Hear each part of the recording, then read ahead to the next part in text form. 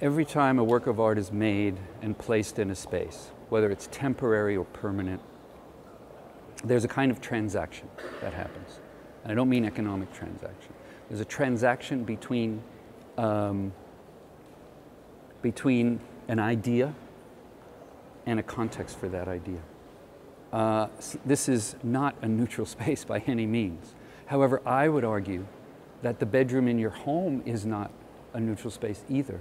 That in fact, there is no neutral space at all in the world or in the universe.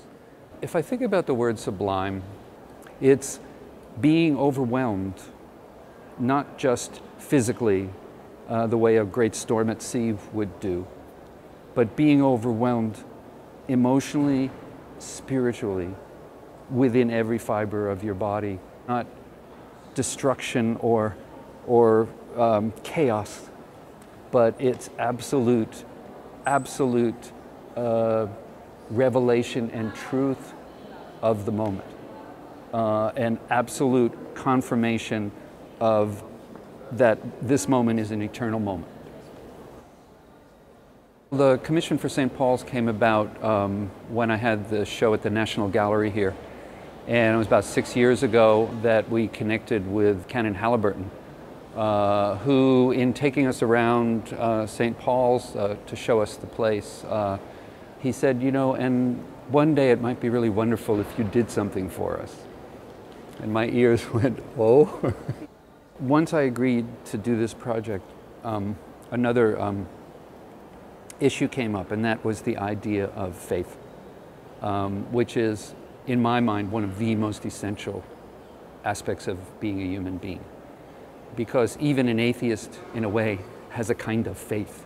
You know, it might be a negative faith, but it's still a response to something greater than oneself. So that was on my mind coming here.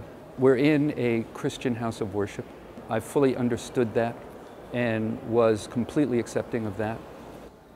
So one day I was at home and I just looked up on my bookshelf and I just pulled this book out of the shelf. And it was the Time Life Library on Art. My mother had given me this set after I graduated from art school, and I didn't want any part of it. I was going to go to the future with video and electronics, you know. So the Renaissance didn't interest me at all. And then, so this was in the, say, the early 90s. And I started reading this, and it just hit me like a flash that these artists at the time of the Renaissance were actually experiencing exactly what we were experiencing in the late 20th century, early 21st century. The Renaissance, compared to the Middle Ages, was the meeting point between science and art. It was the advent of science as we know it. And the artists were working with the latest technology. Perspective would have been like CGI, 3D computer graphics for those people at that time. It was so obvious to me that these are cycles that happen in human history. I realized that all of art is contemporary art.